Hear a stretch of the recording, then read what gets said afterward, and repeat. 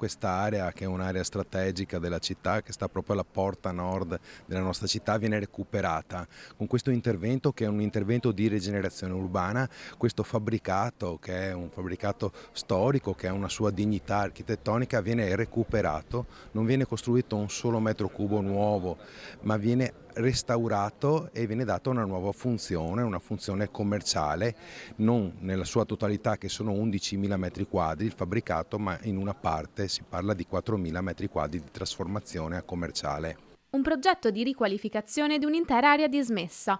L'ex maglificio, costruito negli anni 60, è stato il risultato degli stringenti vincoli estetici che l'amministrazione comunale di allora pose, vista la posizione lungo la strada napoleonica e la vicinanza a ben 2 ville venete. Un'area che non sarà demolita ma riqualificata. Un investimento importante, ma che soprattutto porta un beneficio pubblico alla città di Mogliano Veneto enorme. Parliamo di 3.660.000 euro in opere, 2 opere fondamentali che costituiscono la nostra cittadella della sicurezza.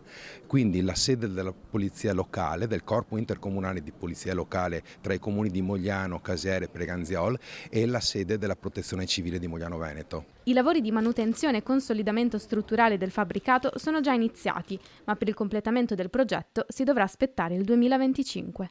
L'iter urbanistico è molto lungo, perché si tratta di fare una variante, seppur semplificata, al PAT, ma anche dobbiamo fare una variante al nostro piano degli interventi, e poi il procedimento è sottoposto anche a valutazione di impatto ambientale da parte della provincia, quindi l'iter è abbastanza lungo e si parla di taglio del nastro nel 2025.